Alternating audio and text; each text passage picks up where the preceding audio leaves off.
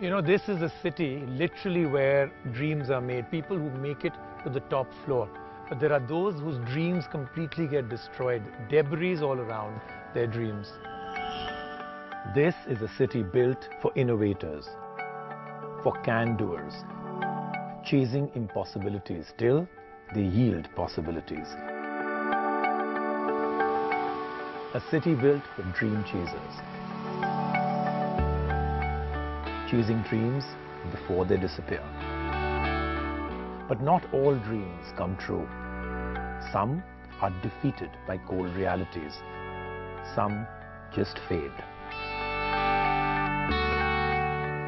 Some dreams will stand apart from the rest. Others will merge with the ordinary. And in this city of dream chasers, and at the dawn of the digital age, billions of ideas and dreams are battling it out.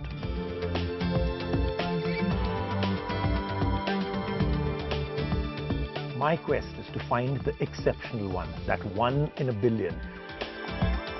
The one who conquers all the challenges with all but one idea. A quest for the outliers. This is a celebration of the human spirit. The spirit to explore, to innovate, to survive, to compete, to do better, to be better, to be that one in a billion, to be a unicorn.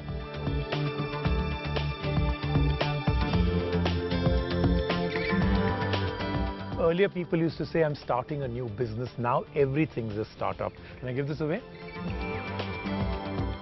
There are two kinds of people in this world, those who've already started a startup and those who eventually will.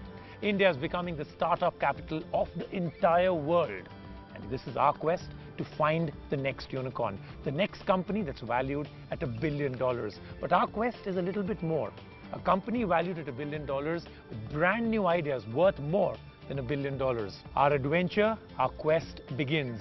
This is Unicorn, chasing the startup dream. The world of startups continues to fascinate and is a big roller coaster ride. While some founders make headlines for receiving funding of over 400 crores, others are ruthlessly laying off huge sections of their staff. I'm Pallavi Batra, and today on Unicorn, I'm going on a lookout for startups in all shapes and sizes. On today's episode, we bring you two unique startups. Will one of them be the next unicorn? We'll only know when we throw them open to our mentors, two sharks who won't let them off the hook so easily. We all know that the transport system in India is large and diverse. It caters to over 1.2 billion people after all. But the infrastructure unfortunately can't seem to keep up with this staggering figure, and we find ourselves battling jams on the roads on a daily basis. And this has created the perfect opportunity for one startup. This is Move in Sync, a startup based out of Bangalore that provides an end-to-end solution for employee transport management for companies. Here are some burning questions on my mind. Is this just another app to jump onto the carpooling bandwagon? Has it resolved Bangalore's traffic mayhem? Will fierce competition by big taxi aggregators catch up? Bad jams, nightmarish congestion on the roads, and long waiting hours during travel. The fight with Bengaluru's traffic jam is a daily struggle. So I was told I will reach in 20 minutes and it's already been 45 minutes. Oh, I think now 5 minutes.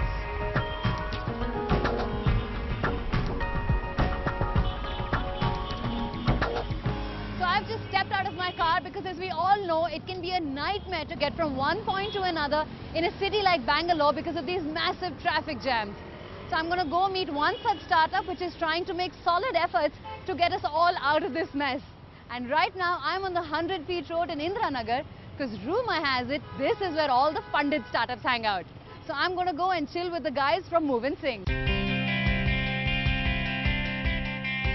Meet the CEO of Move in Sync, Deepesh Agarwal, who drives the overall strategy at Move in Sync. Anuvrat heads the technology team at Move in Sync with the single focus of making employee transportation simpler. And the third co-founder, Akash, is known to be the real taskmaster as he drives the overall operations at Move and Sync. So Dipesh, what is it that Move and Sync is all about, and why do you all set up in Bangalore? I've been in Bangalore for a couple of years, and I think the big problem which all of the growing cities, especially Bangalore, faces is you see too many people on the roads out there. Everyone figures out how to get less people, how to get less cabs on the road, or how to get less vehicles on the road and make it congestion free. I think so that was the prime idea of starting Move and Sync. How are you differentiating yourself from the other players in the market? You have the Ubers and the Olas. Why should someone choose you? What Move and Sync is doing is it's using technology to ensure that 90% of the people, which is 7 million of the workforce, can get picked up from home and get dropped to the office in a price which is 1/3 the price. So Anurag, Dipesh has really been hogging all the limelight, but I want to know from you, what are the challenges that lie ahead for Move and Sync? To remain as a product company is the real challenge. Given transportation, it works on a thin margin. You cannot make a product which charges you a lot, and you have to work within that limit. So keeping the cost under control, whether it's the development cost or the cost of running, is very important. So what is great about Move and Sync, I think, is that you're the only people of this kind who are doing something like this, who are really trying to bring in a solution, and you really have no competition right now. And I've heard a lot about it. Now I want to get my hands on it.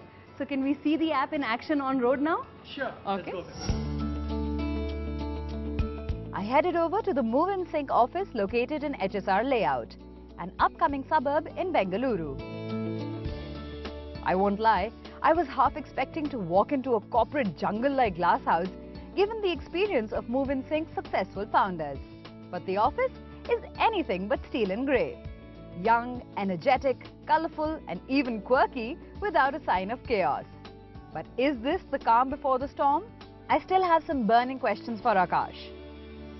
And in terms of the practical solution on road, what has been the impact of Move and Sync? So we are able to really reduce the number of vehicles which are flying on the road.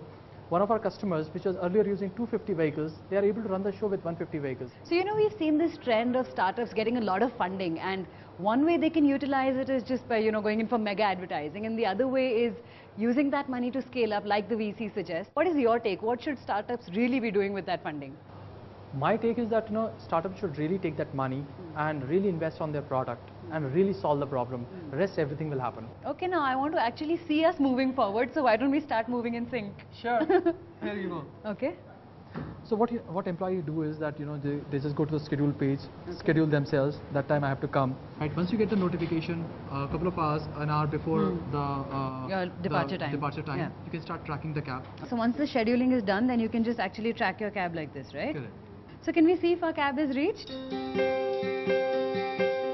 Yes, it's on its way. Oh, it's like 2 minutes away. Right. Great. So let's go. Let's go. So when an employee needs to leave their house or office, what do they have to do to get the cab in time? What they have to do is they have to just open up the app, right, and start tracking it, right? And once they know, okay, cab is nearby, they just come down and just sit in the cab and move on. So from the women's safety perspective, once I'm sitting in the cab, what all features do I have on the app? So the feature that we have is a SOS button, right? Suppose if you're really in an uncomfortable position, right? Which could be anything, right? Maybe because of driver or maybe because of environment. You just have to press this button, right? And as soon as you will press this button, for 5 seconds. 5 seconds. There will be an alert which will happen at the security control center. So Akash, the app looks really impressive, and I think Move and Sync has done a great job of solving employees' troubles and decongesting the roads in big cities. And of course, I really do like your focus on women's safety. So here's hoping Move and Sync is soon part of the Unicorn Club. Thank you. Move and Sync is providing us a great solution for one of our most common problems: traffic and travel from work to home. And they're also the first ones in this unique space, so that gives them the advantage. But it's not long before competition might just catch up. Like any startup, there are big challenges that lie ahead, but the founders seem to be a confident bunch, and I really like that. I really like Move and Sync because it solves problems for both parties, people who are employers and employees. If you look at the kind of results that they are showing at this point in time, it seems to be quite unbelievable. They're saying that they're able to scrape off 10 minutes from an average travel, which was otherwise 52 minutes long. I don't know how will that be possible just through tech, because finally it's the traffic conditions which actually dictate how much time will a travel take. They should be aware of people who are offering general purpose carpooling. I mean, traditional apps which are car hailing apps are getting into pooling big time. Scaling up is a challenge for every startup. If you go too slow, you might end up losing the momentum you built. And if you're too hasty, you may end up getting dazed and confused. Finding the right balance is a challenge for every startup. And on Unicorn, we have a prominent face from a global startup accelerator to tell us what startups should focus on while scaling up. I think we are always looking for companies that have 3 areas of talent, primarily engineering, design, and marketing. Among those 3, you might think that engineering is actually the most critical skill set, or the design might be the most scarce skill set. But actually what we found is really it's toughest finding people who really understand marketing. And by that I really mean like online analytically driven marketing, where that person is really understanding the cost of customers and product, the revenue that's generated, and then building a model where they can figure out how to drive a volume of customers to generate revenue, and really figure out all the marketing channels that are available to startups these days.